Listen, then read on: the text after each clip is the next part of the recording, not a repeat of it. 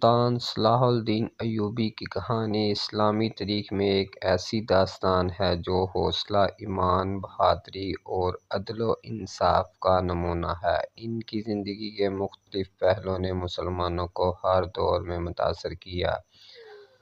سلطان صلاح الدین ایوبی کا اصل نام یوسف بن ایوب تھا اور وہ عراق کے شہر تقریب میں پیدا ہوئے۔ ان کا خاندان کرد تھا اور ان کے والد ایوب نے انہیں بہترین تربیت دی۔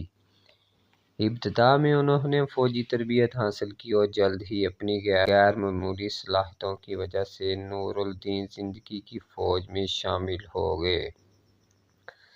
صلیبی جنگوں کا زمانہ یہ وہ دور تھا جب صلیبی جنگوں کا آغاز ہو چکا تھا اور بیت المقدس عیسائیوں کے قبضے میں تھا۔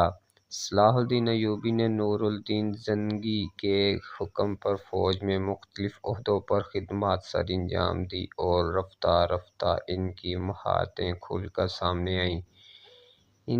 ان کی بہادری، ذہانت اور جنگی حکمت عملیوں کی بدولت انہیں جلد ہی شہرت حاصل ہو گئی۔ بیت المقدس کی واپسی: صلاح الدین ایوبی نے مسلمانوں کو متحد کرنے کے بعد عیسائیوں سے جنگ کا آغاز کیا۔ سن 1187 میں انہوں نے ہونے والی مشہور جنگ حطین میں انہوں نے عیسائی فوجیوں کو زبردست شکست دی۔ اس جنگ میں فتح کے بعد انہوں نے بیت المقدس کی طرف پیش قدمی کی اور آخر کار بیت المقدس کو عیسائیوں کے قبضے سے آزاد کرا لیا۔ ان کی سب سے بڑی خصوصیت یہ تھی کہ انہوں نے فتح کے بعد عیسائیوں کے ساتھ حسن سلوک کا مظاہرہ کیا اور ان کی جان و مال کی حفاظت کی۔ خوبصورت بدکار لڑکیوں کا واقعہ بھی سلطان صلاح الدین ایوبی کی زندگی کا اہم پہلو ہے۔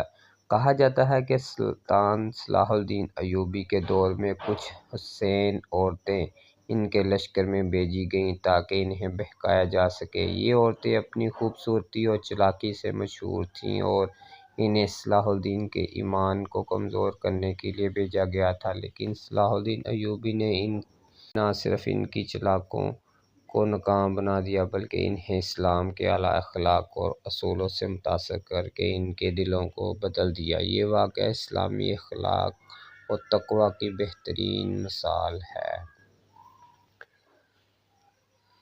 سلطان صلاح الدین ایوبی کی موت اور میراث: سلطان صلاح الدین ایوبی نے اپنی زندگی کو اسلام کے لیے وقف کر دیا تھا اور ان کا مقصد اللہ کی رضا اور انصاف کی فراہمی تھا۔ ان کی وفات سن 1193 میں دمشق میں ہوئی۔ انہوں نے اپنی زندگی میں جو خدمات انجام دیں ان کا اثر ہمیشہ زندہ رہے گا۔ ان کے بعد آنے والی نسلیں بھی ان کی بہادری، ایمان اور انصاف کو یاد کرتی رہیں گی۔